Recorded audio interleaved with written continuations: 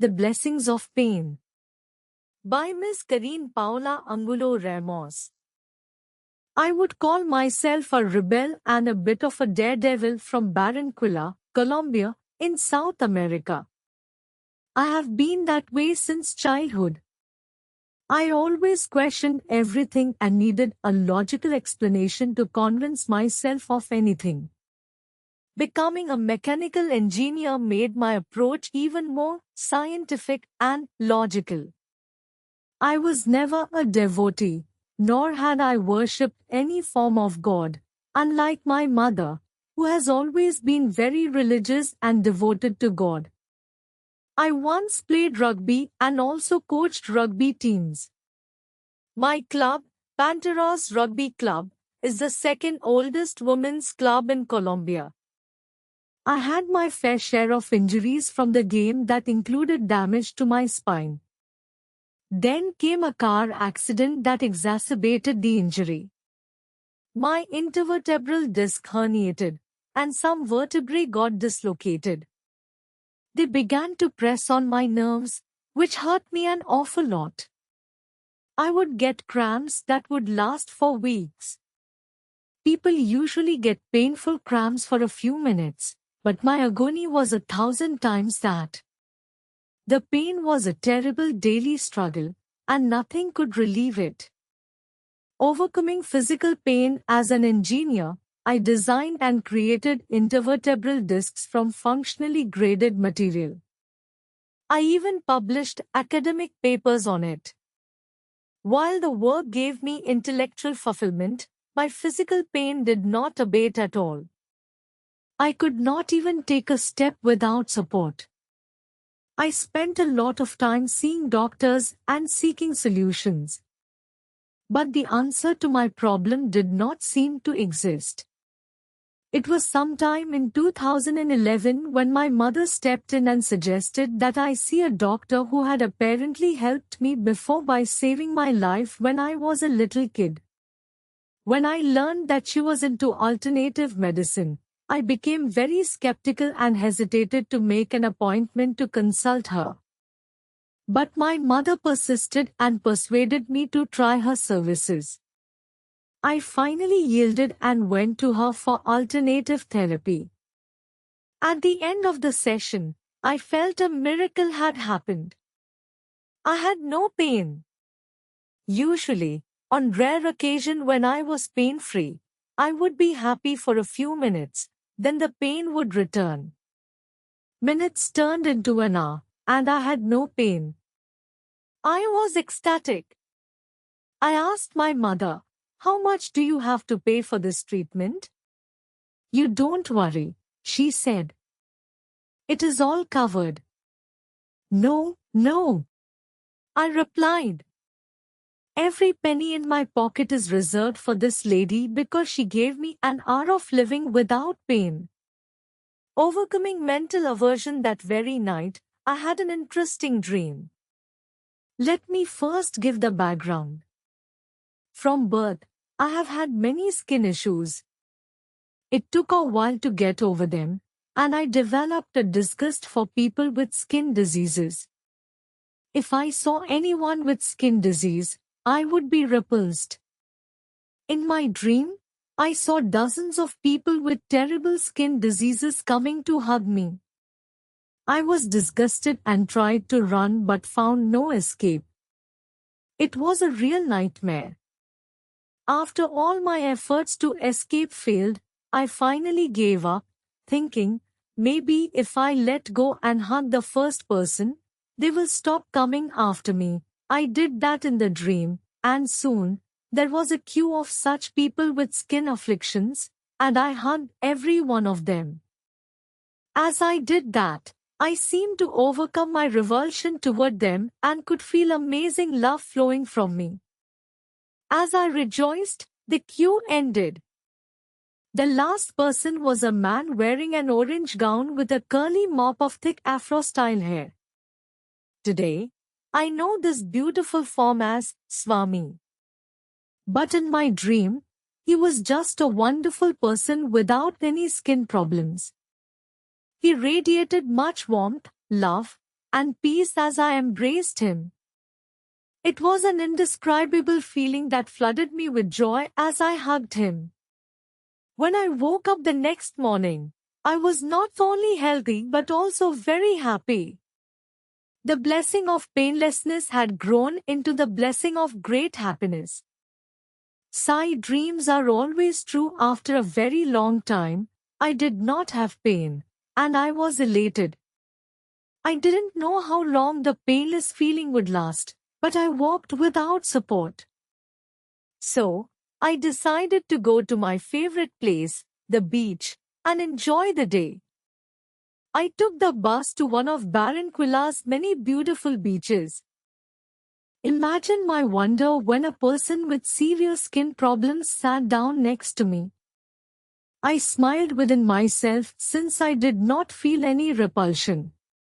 I began to speak with him, and it was such an enjoyable conversation. In the end, I hugged him as I got off the bus at my stop, and I realized that I had been cured of another lifelong affliction, aversion to people with skin issues. I walked around and spent the whole day at the beach. It was the happiest day of my life so far. I continued to see the doctor for follow-up appointments. My recovery was so good that I started to train for rugby again. Soon, I also began to play with the same vigor and vitality as before. I also got into kitesurfing, venturing all by myself into the vast open sea among the waves and tides. When God enters your life one day, as I got ready to go out, my mother presented me with a proposal. Why don't you attend this event, a Satya Sai retreat, that is happening soon? I, too, will be attending. I told her I was busy and didn't want to attend anything, not knowing that the man I had seen in my beautiful dream was Satya Sai Baba. But my mother can be very persuasive if she feels something is good for her daughter. This event was happening in the capital city of Bogota, she said. I finally yielded and cancelled my rugby engagements. However, since the retreat was scheduled during the holiday season, I had a change of heart and decided to visit Bogota for vacation instead of attending the retreat. A day or two after my mother left to prepare for the retreat, I flew to Bogota to enjoy my vacation. I had no plans when I landed and decided to go with the flow as I always did. I walked to the bus station and got into a bus. I decided to chat with a random stranger and travel to wherever that person was headed. This is the way I have always been, a strong believer in living in the moment, and my experiences with crippling pain had made me adhere even more to that philosophy of life. I felt drawn toward one lady and felt she would be my travel companion. I walked up to her and asked, "Do you know where I can eat something?" She looked at me, a bit puzzled, and said, "There are many restaurants here." I continued, "Oh yes. But you see, I am vegetarian, and there are no options for me." Now, she seemed to warm up and said, "I am a vegetarian myself. If it is okay with you, I can share my burger." As we shared the burger, we began to have a conversation. When I asked her where she was headed, she replied she was going to Chinota, a corregimiento, administrative division, of the municipality of Fusagasugá in the state province of Cundinamarca. As we talked more, I found out that she was headed to the Satya Sai retreat. I was stunned. I felt this was my calling. I called my mother and asked her whether I could still register for the retreat. She asked me where I was. "I am on a bus, an hour from the retreat venue," I replied. My mother was simply thrilled. She told me to just come to the venue, and she would take care of the registration, accommodation, everything. There were more surprises for me as I reached the venue.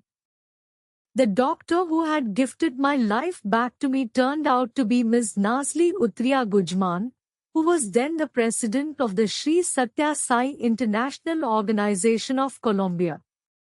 Needless to say, I was not aware of it till then. The biggest and most thrilling revelation came when I saw the picture of Swami and realized that he was the person hugging me in my dream. My life felt like a movie at that point, a movie so beautifully directed by the Supreme Being. I now understood why I felt so happy after that dream. God had come to me. The eternal companion. That retreat turned out to be a life changer for me. I cannot even begin to explain all the transformations of my heart. It was my first Sai retreat, and after that, I have never missed a single Sai retreat. There was no looking back. I found out that Swami had just taken Mahasamadhi, but I could not believe he was gone. How can he be gone when I feel his presence so strongly in my life, in Colombia? In my opinion, Swami is more present right now than ever before. Before, devotees were possibly attached more to his form, but now, they are more attached to his presence and his teachings. Swami kept giving me more and more blessings. Soon, I was appointed as the young adult coordinator, and I was very happy for the blessed privilege to be part of Swami's glorious mission. I also had the opportunity to travel to Nairobi, Kenya, for the Sri Satya Sai International Conference in June 2024. How that happened is another beautiful story, which could be the subject of a future article. I am just grateful to Swami for his presence, his grace, and his blessings in my life. And I am convinced that my pains were also his blessings because they brought Swami, my God, into my life. Miss Karine Paula Angulo Ramos.